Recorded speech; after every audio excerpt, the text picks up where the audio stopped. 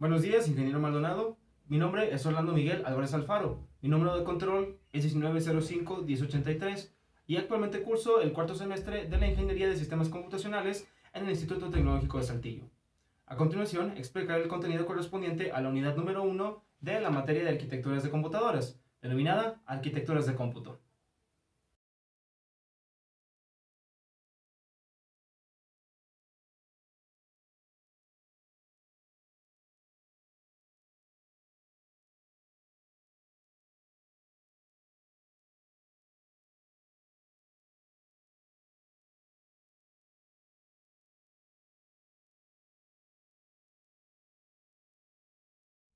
Actualmente las computadoras se encuentran en cada parte de nuestras vidas, desde levantarnos y revisar la hora en nuestro celular o mirar las noticias por internet, hasta realizar compras con tarjetas de crédito, mirar una serie o realizar cualquier cálculo.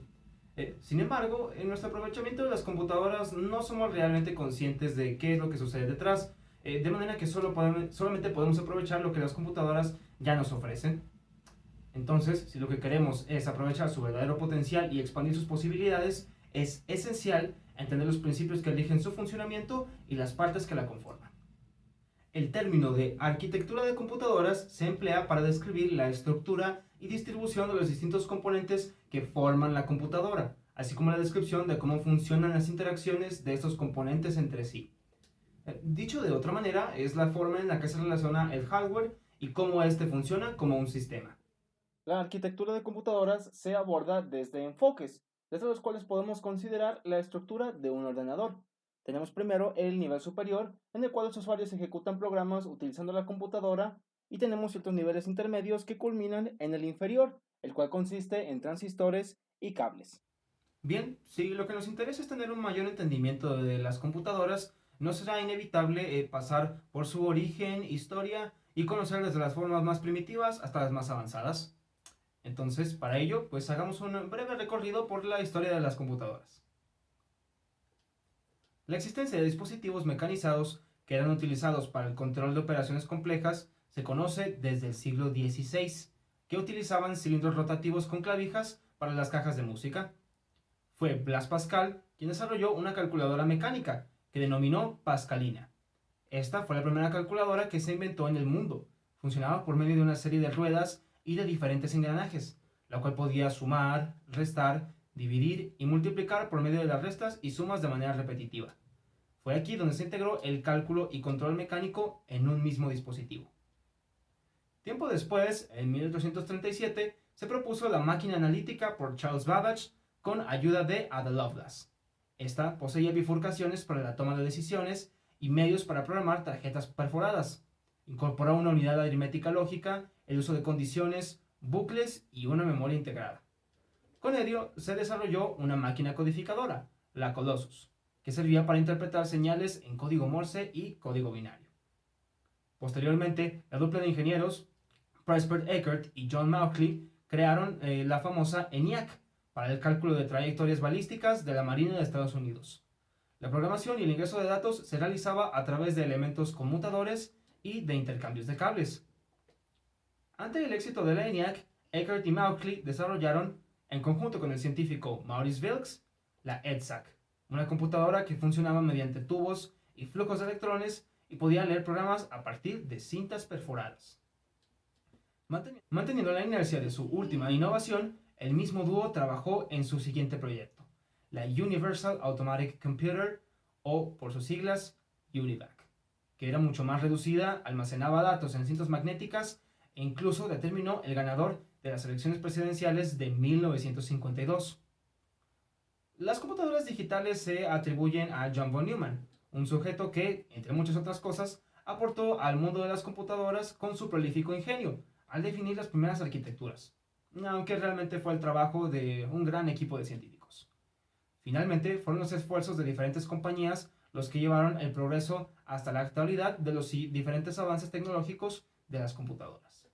Es así como la arquitectura de computadoras se ha entendido como un modelo y descripción de cada función, así como los requerimientos y las implementaciones de diseño para las varias partes del equipo de cómputo. Entonces, para comenzar a comprender la arquitectura de una computadora, será necesario entender dos componentes generales. el CPU y los dispositivos periféricos. El CPU se encarga de procesar la información que le llega al equipo. Todo el intercambio de información se tiene que hacer entre los periféricos y el CPU. Todas aquellas unidades de un sistema que no sean el CPU se les denominará periféricos. Entonces, el equipo de cómputo tiene estas dos partes bien diferenciadas.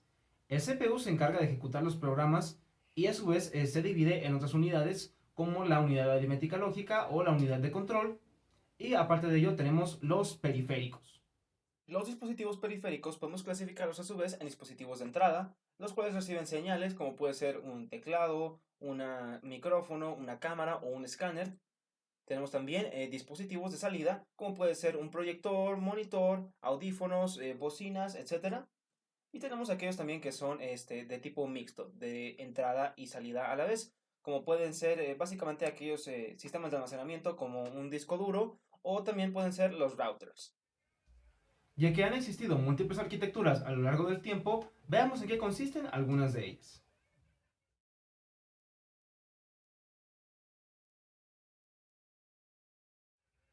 Las arquitecturas clásicas se desarrollaron en las primeras computadoras electromecánicas y de tubos de vacío, como la EDSAC, por ejemplo. Así, en cuanto al uso y distribución de la memoria, de las clásicas podemos hallar dos arquitecturas distintas, que son la John von Neumann y la arquitectura Harvard.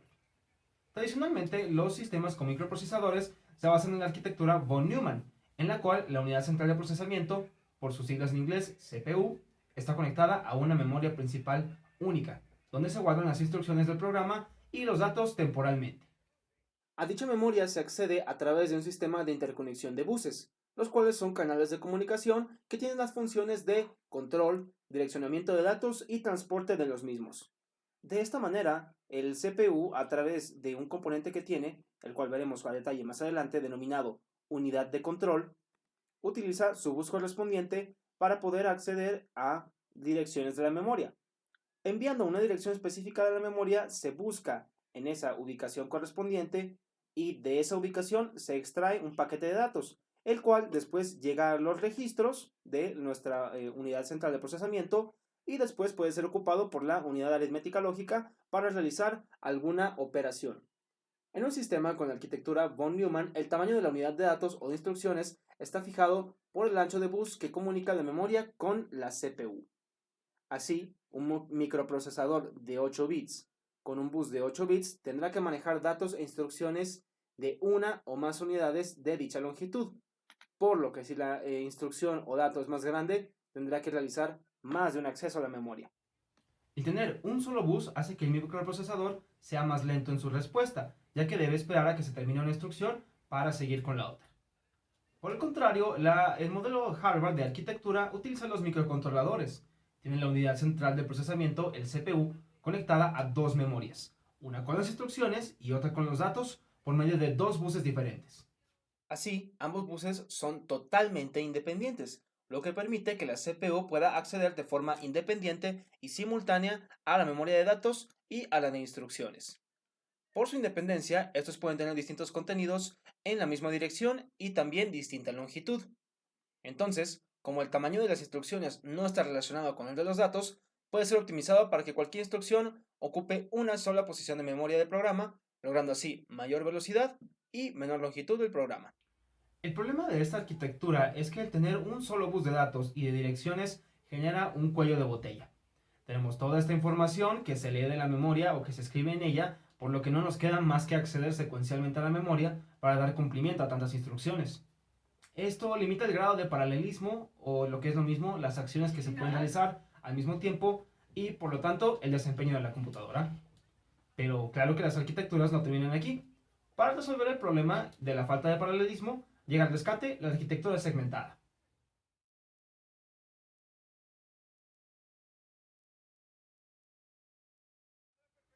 Para lograr la segmentación, se comienza descomponiendo el proceso de ejecución de las instrucciones en fases o etapas que permitan una ejecución simultánea, de manera que se procesa una instrucción diferente por ciclo, trabajando así con varias a la vez. Esto nos deja con una cola de instrucciones que relaciona cada parte del proceso, a lo que se denomina entubamiento o pipelining. Podemos ver la segmentación como una línea de ensamblaje.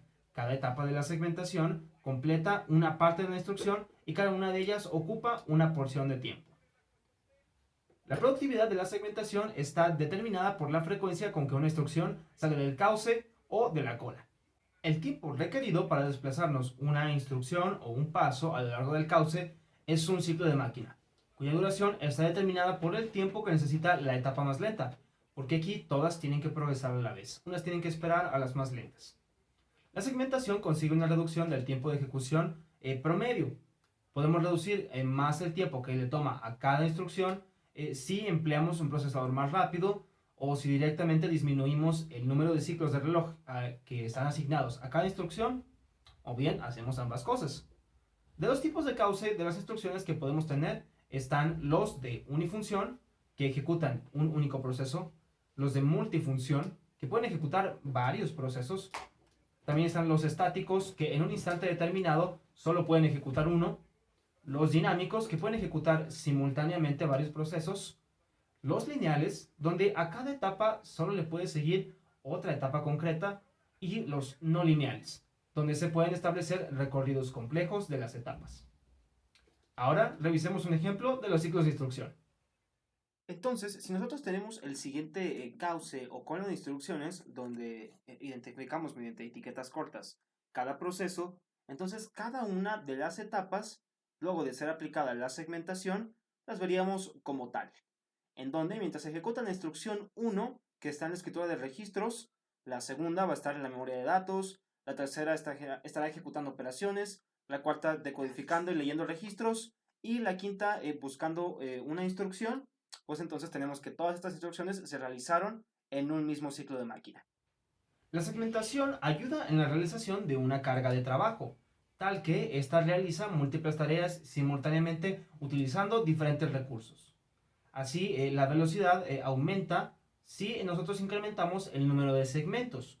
Además, esta técnica dedica unidades específicas del procesador a cada una de las partes de la instrucción para así lograr el paralelismo. La unidad de control también se subdivide en dos o más unidades funcionales, cada una encargada de llevar a cabo una etapa. Y todas estas se comunican a través de una cola de instrucciones o también denominada pipeline. Ahora veremos la última de las arquitecturas clásicas, la cual es la de multiprocesamiento.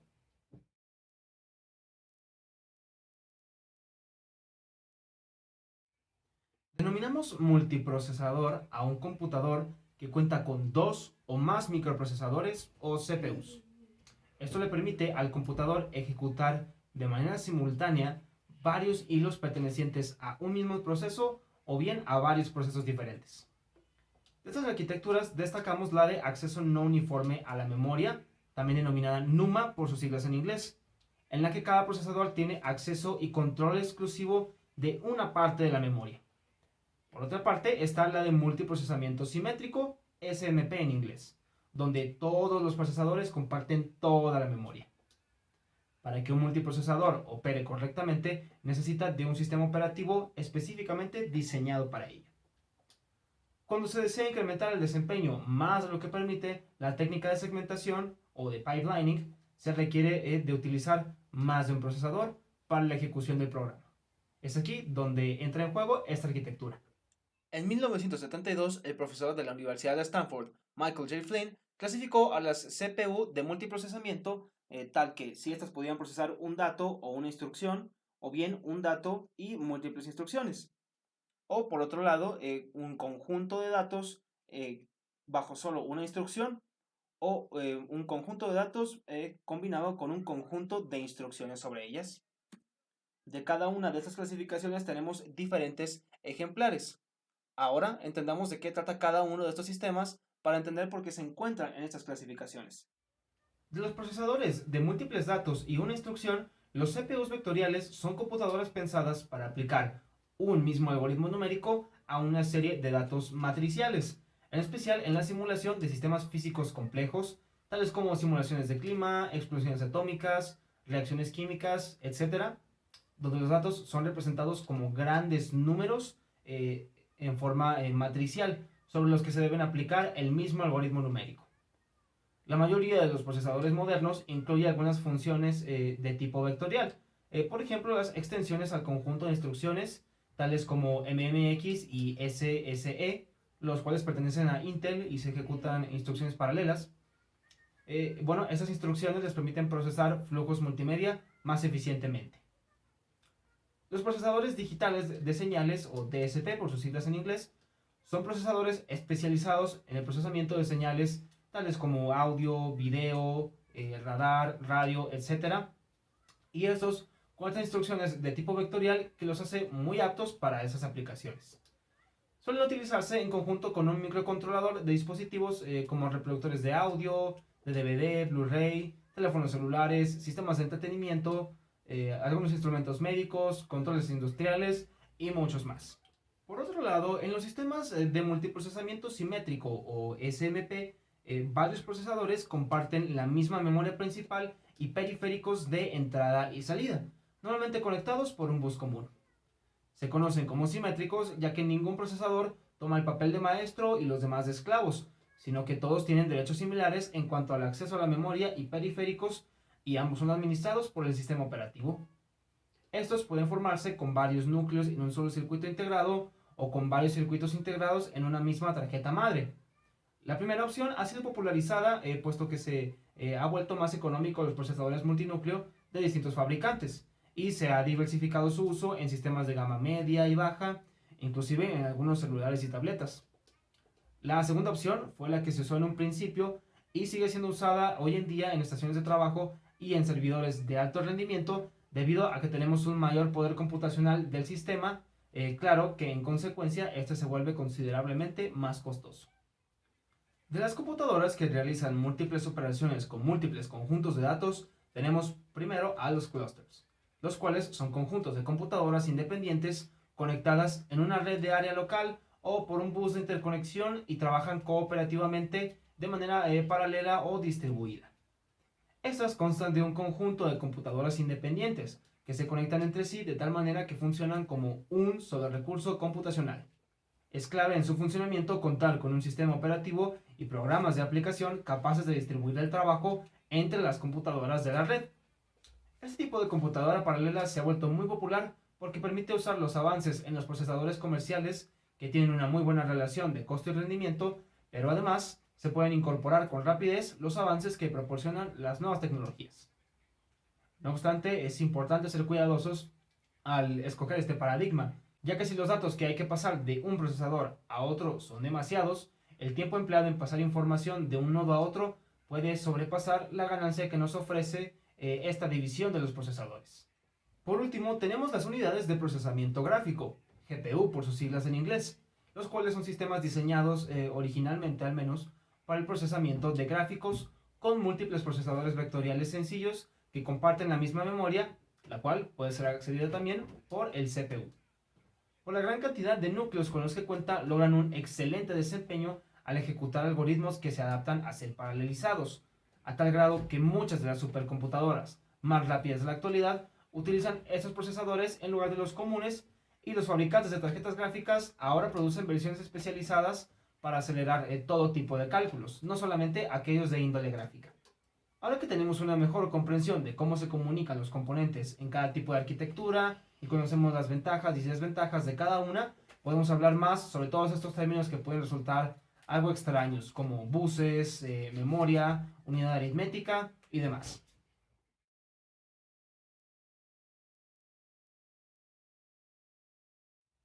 El avance de la tecnología y el software demandan cada vez una mayor velocidad en el procesamiento de información, lo que implica la elección de microprocesadores más rápidos y eficientes. En este sentido, tenemos la elección de dos paradigmas de diseño de microprocesador. Por un lado, las máquinas denominadas CISC, que son computadoras de conjunto complejo de instrucciones, y las computadoras con tecnología RISC, que son de un conjunto reducido de instrucciones.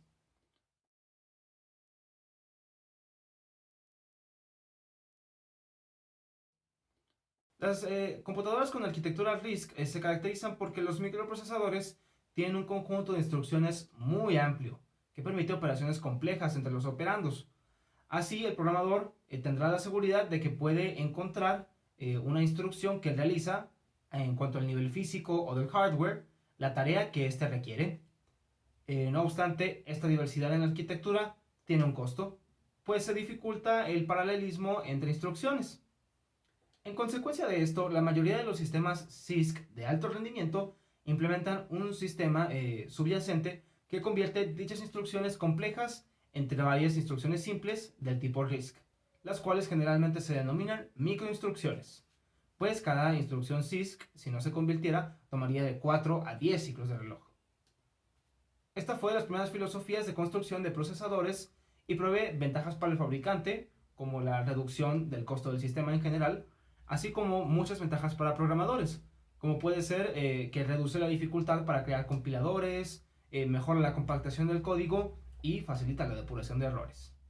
Algunos microprocesadores representativos del conjunto complejo de instrucciones son la dupla de Intel 8086 y 8088, los cuales fueron los primeros de la compañía de 16 bits, o la serie 68000 de Motorola, que es exitosa aún hoy en día y se utiliza en diversos dispositivos. Como sucesora de la CISC tenemos la arquitectura RISC, que por su parte tiene la particularidad de que solo las instrucciones de carga y almacenamiento acceden a la memoria de datos. El objetivo de esto es posibilitar la segmentación y el paralelismo en la ejecución de instrucciones para reducir los accesos a la memoria. Esta filosofía se emplea para computadoras que requerirán de instrucciones más rápidas y pequeñas. Tal como la serie 80 de Intel que revisábamos, los procesadores más comunes en los ordenadores actuales, que son los de arquitectura x86, están basados en la filosofía CISC, pero como mencionaba anteriormente, estas instrucciones se simplifican y ejecutan como de arquitectura RISC. Estos tipos de diseño utilizan un sistema de direcciones no destructivas en RAM. ¿Qué quiere decir esto? Bueno, pues a diferencia del CISC, RISC conserva después de realizar sus operaciones los dos operandos y su resultado para reducir así la ejecución de nuevas operaciones cada que se requieran. Algunos ejemplos de microprocesadores basados en esta tecnología son el microprocesador MIPS, que significa Millions Instructions Per Second, el cual ha sido empleado en múltiples sistemas embebidos, consolas de videojuego y en incluso una misión de la NASA denominada New Horizons. Otro de ellos es el PA-RISC, que fue desarrollado por la empresa HP, Hewlett Packard, empleado en múltiples sistemas operativos de Unix. Otro de ellos es Spark, que es Scalable Processor Architecture, que fue desarrollado por Sun Microsystems, la misma empresa que comenzó desarrollando Java. Y bueno, este microprocesador permitió la construcción de compiladores más eficientes y redujo las instrucciones de carga y almacenaje de información. Otro de ellos, PowerPC, fue desarrollado por Apple, Motorola e IBM y se empleó para varios ordenadores de Macintosh y de IBM hasta el 2006. Haciendo un resumen de ambas arquitecturas, podemos establecer las siguientes consideraciones. La arquitectura RISC posee un conjunto reducido de operaciones, mientras que CISC posee un conjunto complejo de instrucciones. RISC es utilizada principalmente para entornos de red y maneja instrucciones de tamaño fijo. Además, tiene pocos accesos a la memoria de datos. CISC, por su parte, es empleada en ordenadores domésticos y permite una gran gama de instrucciones. Los objetivos de RISC son posibilitar la segmentación y el paralelismo reduciendo accesos a la memoria. Sus ventajas es que el CPU trabaja más rápido y emplea menos ciclos de reloj, y además algunos procesadores que lo utilizan son la serie de Intel 8086, 8088 y algunos más, así como la serie de 68000 de Motorola. Por su parte, CISC tiene como objetivo permitir operaciones más complejas entre operandos, ya sea que estén en la memoria o en los registros internos. Provee múltiples ventajas para el programador y para quien tiene que pagar por el desarrollo del software, y además es empleado por muchas empresas como pueden ser IBM, Motorola, Apple, Sun Microsystems y más. Habiendo revisado estas diferencias en la manera en la que se piensa acerca del diseño de los microprocesadores, revisemos más a fondo estos componentes y las características que los definen.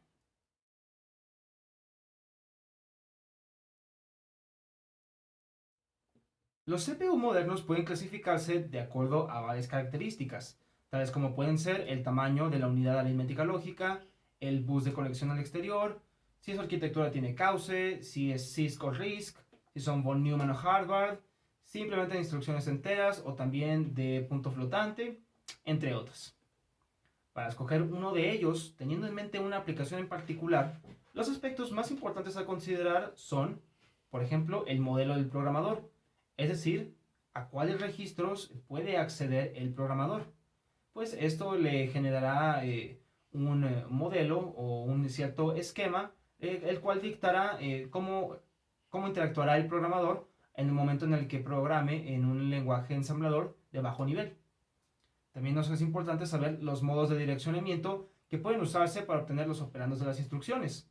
El ciclo de instrucción, o sea, los pasos que tiene que hacer el CPU para procesar cada instrucción o cada operación.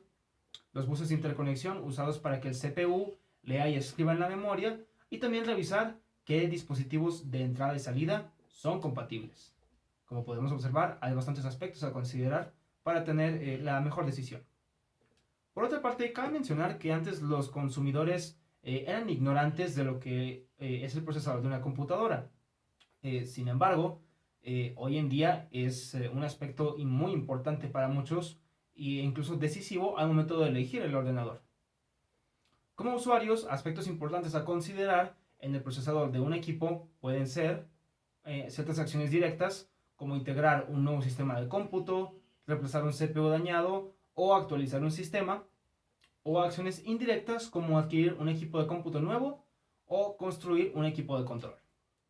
Compañías como Intel tienen múltiples gamas de procesadores afines a las necesidades de cada usuario, sea que lo que requieran sea movilidad o un espacio reducido al adquirir alguno de los equipos en los que se encuentran integrados estos procesadores.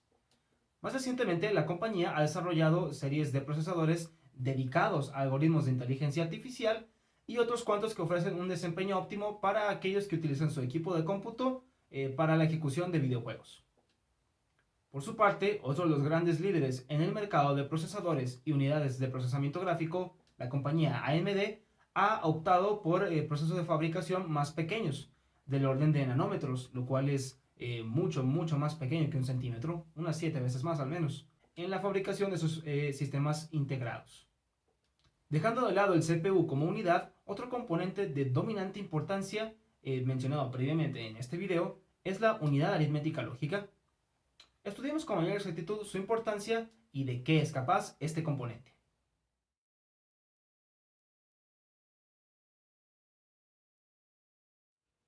La unidad aritmética lógica no es más que un circuito que realiza las operaciones aritméticas y lógicas más básicas, como la suma, resta, división, multiplicación y algunas comparaciones lógicas o verificaciones.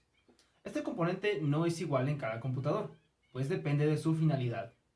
Aparte, cuenta con registros que permiten almacenar datos y bits sobre los resultados. De manera concreta, las operaciones posibles a realizar por este componente son la suma aritmética, la resta aritmética, efectuada en complemento 2, claro, las operaciones lógicas como la suma o producto lógico, la comparación, la complementación y otras tantas como el desplazamiento o rotación de bits o la transferencia de estos. Esta unidad solo se encarga de realizar operaciones, mas no tiene mecanismos de decisión. A su vez, esta componente o unidad tiene otros subcomponentes, los cuales son un circuito sumador y restador, operadores lógicos, tiene un acumulador y un registro auxiliar para poder almacenar resultados de operaciones, tiene un registro de salida, señales de control que indican la operación a realizar y un registro de banderas. La estructura de la misma es tal como puede apreciarse en pantalla, donde tenemos dos salidas de estado que pueden indicar el sobreflujo de una magnitud, el acarreo de una operación o indicar que se está manipulando un número negativo. Tenemos otras dos conexiones donde se reciben los operandos, una más que arroja el resultado y otra para indicar la operación que se realiza. Es importante puntualizar en que la ALU no realiza operaciones con magnitudes en formato de coma flotante.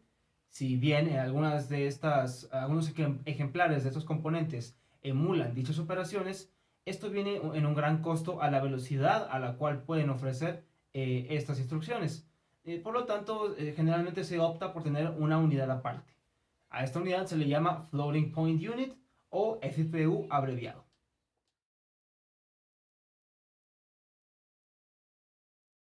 Sin mucho más que añadir acerca de este componente, Vamos con el siguiente.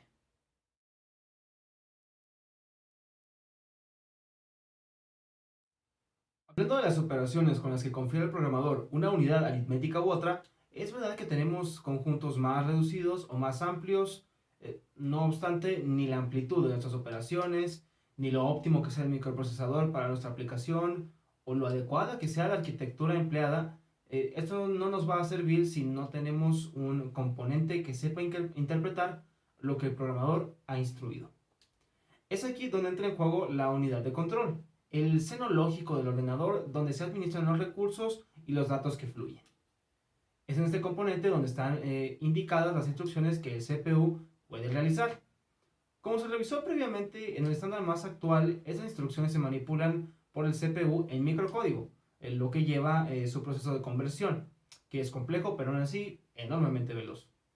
Por ser un componente tan importante, cada vez que se desarrolla un microprocesador nuevo, además de añadir instrucciones, se conservan las anteriores para mantener una compatibilidad, a la que llamamos compatibilidad ascendente.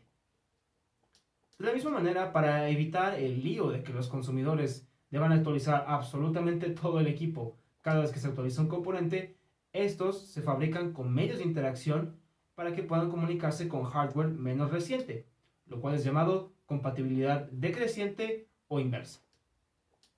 De manera concreta, la unidad de control se encarga de la decodificación de las instrucciones, la sincronización de las tareas, administración de los buses internos de comunicación que hay en el CPU, manejo de las interacciones del CPU entre la memoria principal y los periféricos y la indicación a la ALU sobre las operaciones a realizar. Todas estas funciones provienen de señales de entrada, las cuales pueden ser, por ejemplo, un código de instrucción que contiene la operación a ser ejecutada, así como la dirección para obtener el dato, un secuenciador que a partir de un reloj que posee el sistema realiza un conteo para localizar las instrucciones sucesivas que componen como tal a la operación, o bien condicionamientos que nos identifican eventos o alteraciones en la secuencia normal del programa. Si rebobinamos un poco en las cosas que hemos visto, recordaremos que no es eficiente para los microprocesadores ir y visitar directamente la memoria donde se encuentra la información para operar con ella, sino que se toman los datos que necesita nada más y los utiliza, pero estos los mantiene temporalmente en una parte donde puede recuperarlos con inmediatez. Entonces será que en adelante vamos a hablar de los registros.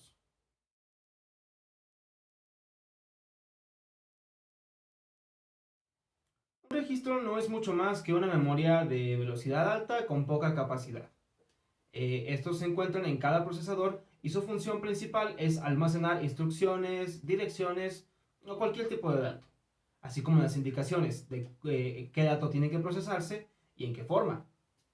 En un procesador encontraremos espacios con una capacidad que oscila entre 4 y 64 bits, porque hay que tener suficiente espacio para contener la instrucción. Existen varios tipos de registros y estos se clasifican de acuerdo a las instrucciones que cumplen. Los tipos de registros que podemos encontrarnos son los de datos, que guardan valores de datos numéricos como caracteres o pequeñas órdenes, los registros de datos de memoria, que tienen poca capacidad pero alta velocidad, por lo que escribe o lee los datos del bus que van a la memoria o al puerto de entrada y salida. Los de registros de direcciones, que guardan direcciones empleadas para acceder a la RAM o a determinados valores numéricos.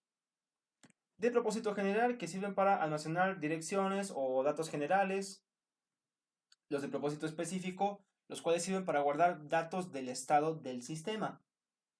Los registros de estado sirven para guardar valores reales cuya función es determinar cuándo una instrucción debe ejecutarse o no. De los registros de estado, a su vez, tenemos otras clasificaciones como los registros de bandera o también denominados flags, que indican valores sobre el estado del sistema como un sobreflujo, como la instrucción de direccionamiento de datos. Para el caso de los debuggers de los entornos de desarrollo, pues tenemos que se realiza una ejecución de paso a paso. Esto se puede indicar mediante estos registros. Tenemos registros de coma flotante, los cuales nos permiten representar estas magnitudes con mayor eficiencia. Y a su vez, como registro de estado, tenemos registros constantes, los cuales solamente contienen valores de lectura, como podrían ser ciertas constantes matemáticas. Luego de este vistazo a los registros, profundicemos en los buses, estos canales que enlazan los componentes de la computadora entre sí.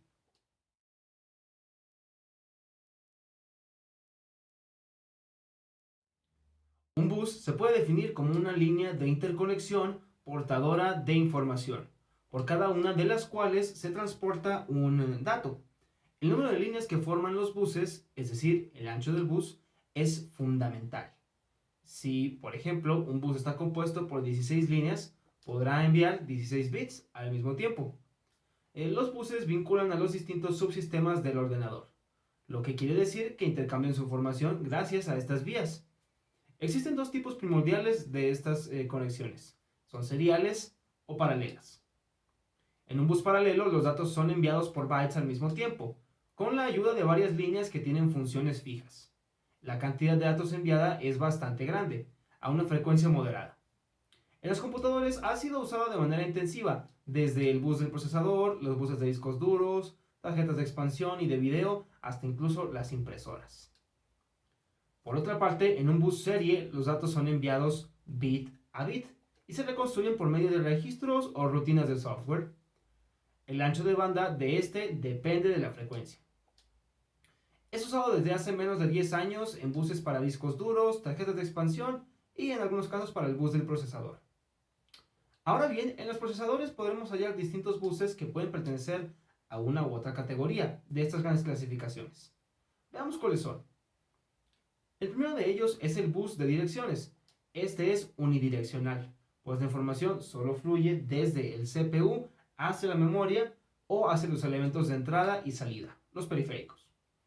El CPU puede colocar niveles lógicos en las n líneas de dirección, con lo cual se genera el doble, es decir, 2n posibles direcciones diferentes. Cada una de estas direcciones, que son transmitidas por esta vía, corresponden a un sitio en la memoria o a un dispositivo de entrada y salida. El tamaño o anchura del bus de direcciones está especificado por el número de hilos conductores o pines. Otro bus esencial y que se habrá mencionado con anterioridad es el de datos. Es bidireccional, pues los datos pueden fluir hacia o desde el CPU. Es compartido en el tiempo o, dicho de otra manera, es multiplexado. Este transfiere datos o códigos de instrucción hacia el procesador o se envían hacia el exterior los resultados de las operaciones o cálculos. También nos encontramos con el bus de control, que se encarga de sincronizar las actividades y transacciones con los periféricos del sistema. Las señales más importantes en este canal son las señales de cronómetro, que generan los intervalos de tiempo durante los cuales se realizan las operaciones.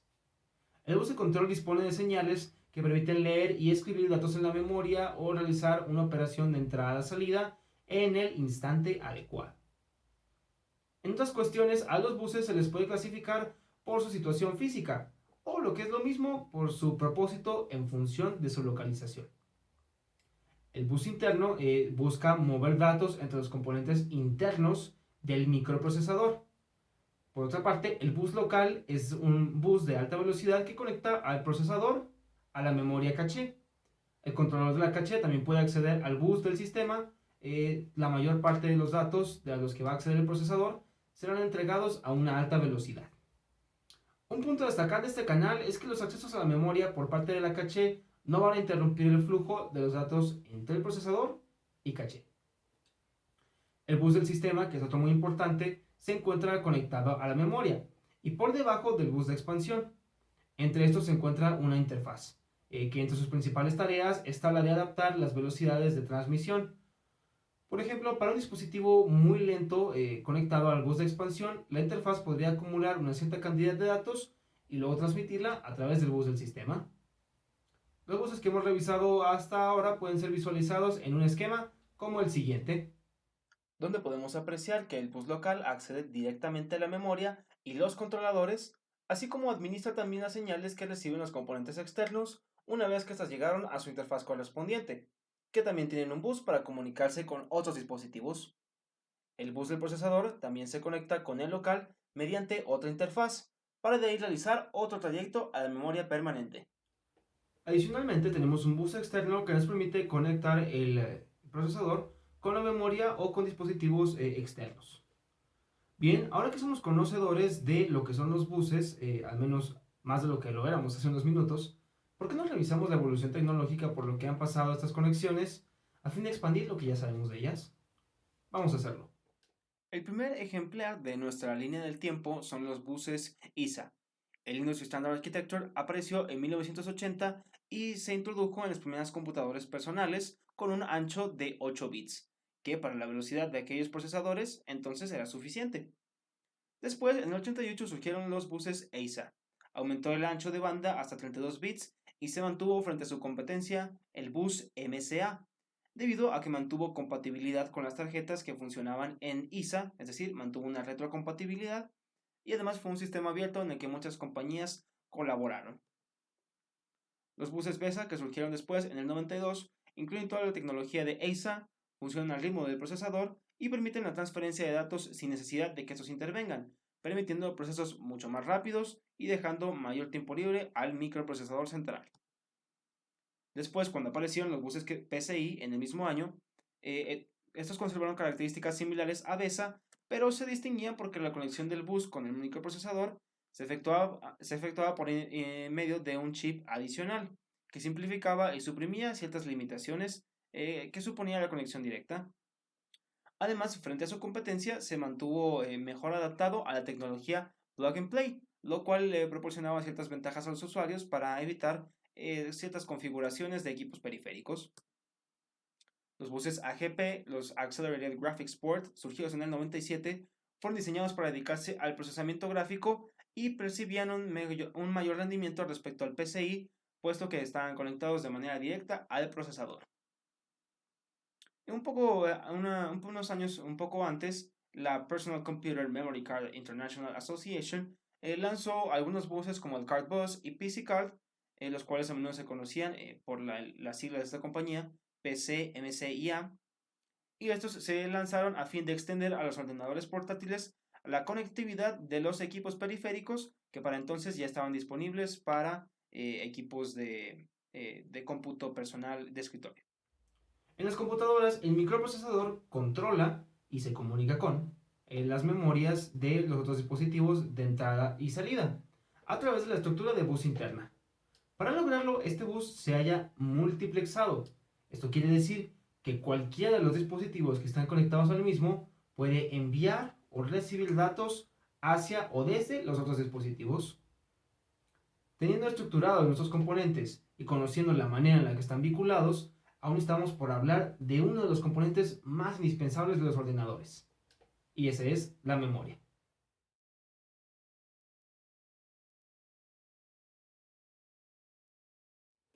En el sentido estricto y computacional de la palabra, la memoria es un dispositivo que puede mantenerse en, por lo menos, dos estados estables por un cierto periodo de tiempo.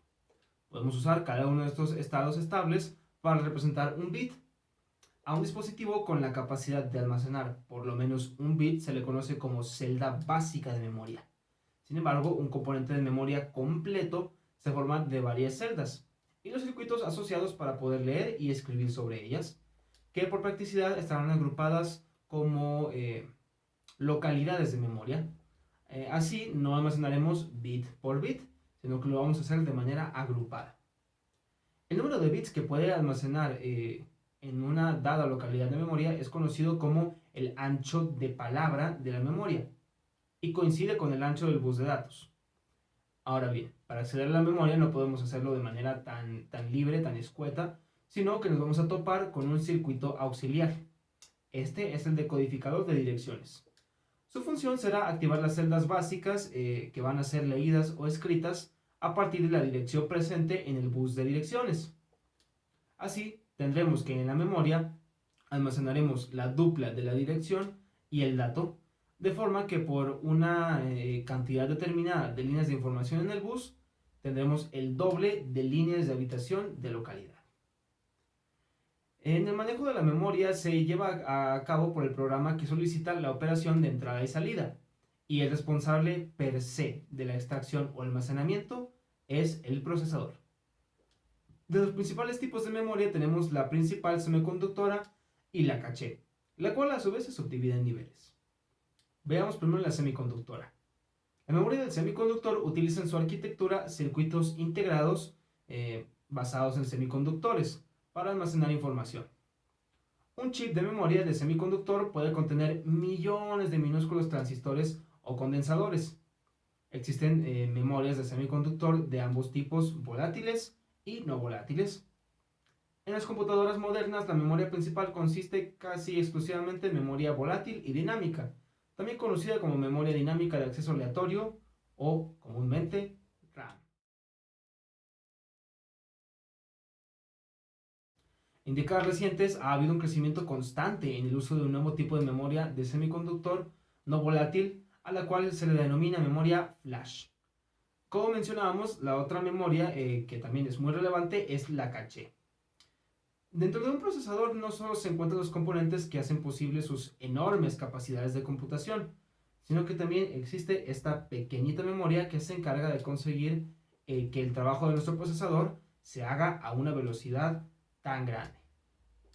Esta es la memoria caché, la cual es un banco de memoria temporal, o lo que es lo mismo un buffer, que funciona de manera similar a la memoria principal, pero es más pequeña, pero sin embargo de acceso más veloz.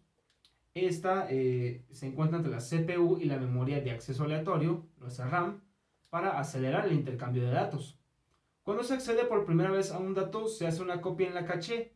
Luego, los siguientes accesos se realizan a dicha copia, haciendo que sea menor el tiempo de acceso.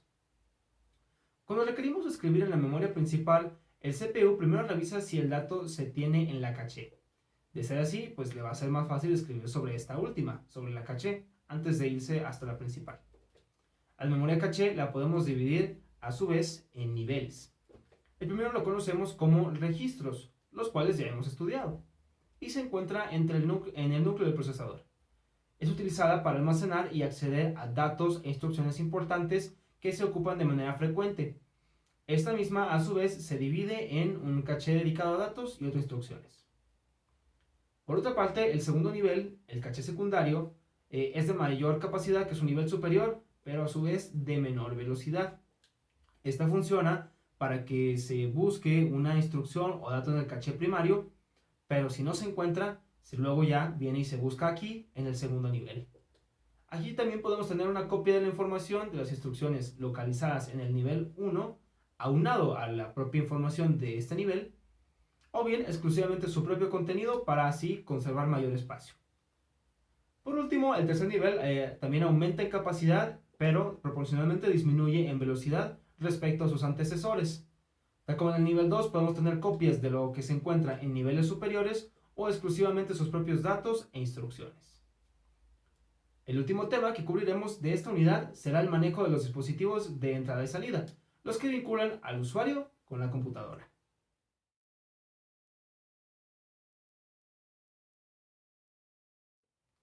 El intercambio de información entre componentes, computadoras y usuarios es realizado mediante dispositivos que denominamos de manera genérica periféricos. Esos ya los conocemos. Para hacer una operación entre el procesador y un periférico, es necesario conectar estos dispositivos a la computadora y gestionar de manera efectiva la transferencia de datos. Para poder realizarlo, la computadora dispone del sistema de módulos de entrada-salida, que son las interfaces que tiene la computadora con el exterior, y el objetivo que tiene es facilitar las operaciones de entrada y salida entre los periféricos y la memoria o los registros del procesador. Así, para hacer la operación de entrada y salida entre el procesador y el procesador ejecuta un programa que controla todo el proceso, desde la programación, pasando por la transferencia de datos, hasta la finalización. Analicemos más detenidamente dos etapas importantes para la entrada y la salida, la de sincronización y la de intercambio de datos. Durante la sincronización, el procesador ejecuta un programa que mira constantemente el estado del periférico, consultando el registro de estado del módulo de entrada-salida. Este programa tiene un bucle que se ejecuta continuamente hasta que detecta el cambio de estado e indica que el periférico está preparado. A esta sincronización le llamamos por encuesta o espera activa. Mientras se lleva a cabo la sincronización, el procesador está dedicado al 100% a esta tarea y por lo tanto no puede atender a otros procesos o aplicaciones. Por lo tanto es recomendable que las transferencias hechas utilizando esta técnica sean cortas y rápidas. Ahora bien, durante el intercambio de datos, si es una operación de entrada, el procesador lee el registro de datos del módulo de entrada y salida para recoger el dato enviado por el periférico y lo guarda en la memoria. Si, por el contrario, la operación es de salida, es decir, de escritura, el procesador toma de la memoria el dato que queremos enviar al periférico y lo escribe en el registro de datos del módulo de entrada y salida. Toda esta revisión está manejada por el programa que la solicita, mientras que la escritura o la lectura se mantienen cubiertas por el procesador, siempre tomando en cuenta que necesita esperar la luz verde para interactuar con el módulo. Una alternativa a esta técnica de supervisión, que como nos imaginaremos rompe con el flujo de nuestros programas, pues es la de entrada y salida mediante interrupciones. En ella el programa genera una orden de entrada y salida, y después continúa ejecutándose hasta que el hardware lo interrumpe, para indicar que la operación ha concluido.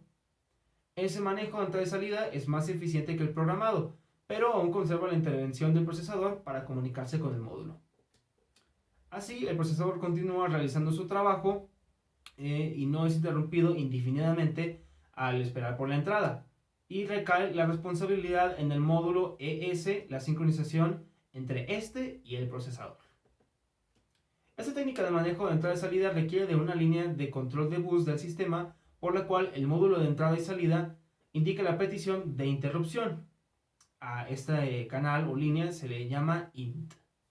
Otro tipo de manejo de entrada y salida distinto es el de acceso directo a la memoria o DMA, en el que el procesador toma el control de esta operación para transferir un bloque de datos. Un módulo DMA es capaz de imitar al procesador y de transferir los datos desde la memoria a través del bus del sistema, siempre y cuando el procesador no lo necesite o lo obligue a suspender su funcionamiento. Esta es la técnica más eficiente para transferir bloques de datos, debido a que el procesador programa la transferencia de la información y encarga al módulo DMA hacer la transferencia, mismo que le indica cuando ésta se efectúa para que durante la transferencia el procesador siga operando sobre las tareas que tiene. Una vez más, aquí el procesador se deslinda del proceso. Otra técnica más es la de un canal multiplexado, o sea que controlará a varios dispositivos que está destinado a los procesos de entrada y salida, seleccionando uno u otro. Y bien, aquí termina el contenido correspondiente a la unidad número 1 de la materia. Agradezco su atención, ingeniero, por haber llegado hasta este punto y espero verlo pronto. Hasta entonces.